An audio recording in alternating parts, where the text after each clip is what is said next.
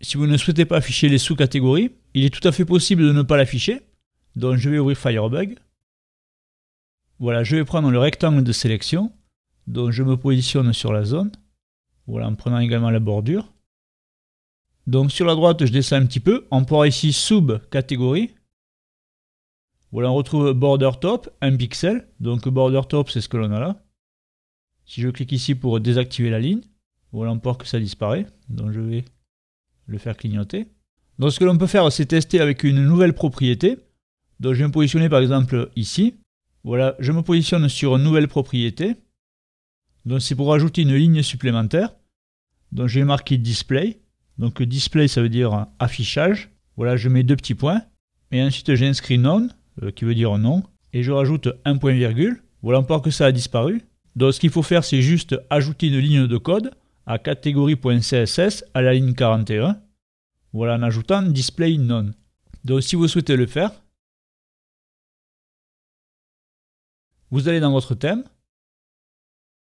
Voilà, le thème 1. Ensuite, dans le CSS, vous allez retrouver le catégorie.css. Donc vous l'ouvrez. Voilà, donc vous allez retomber ici.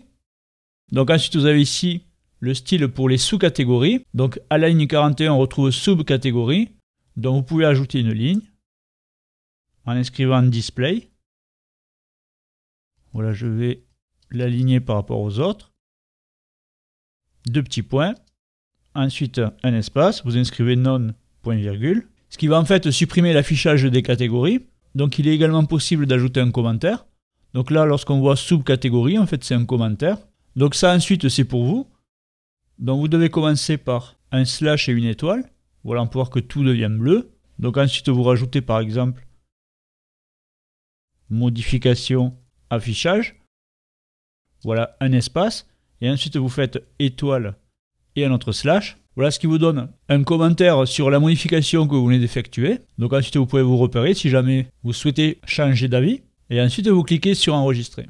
Donc maintenant si je me repositionne sur le front office, donc là c'est normal qu'on ne le voit pas car je l'avais modifié. Donc là pour l'instant on le voit. Voilà, si jamais vous ne trouvez pas la ligne, avec le curseur vous allez retrouver ici le chemin, thème 1 CSS catégorie.css. Donc théoriquement si je rafraîchis, voilà, on peut voir que les sous-catégories ont disparu. Donc ce que l'on va voir dans le prochain tutoriel, c'est la configuration du bloc que l'on a ici, qui est le bloc catégorie.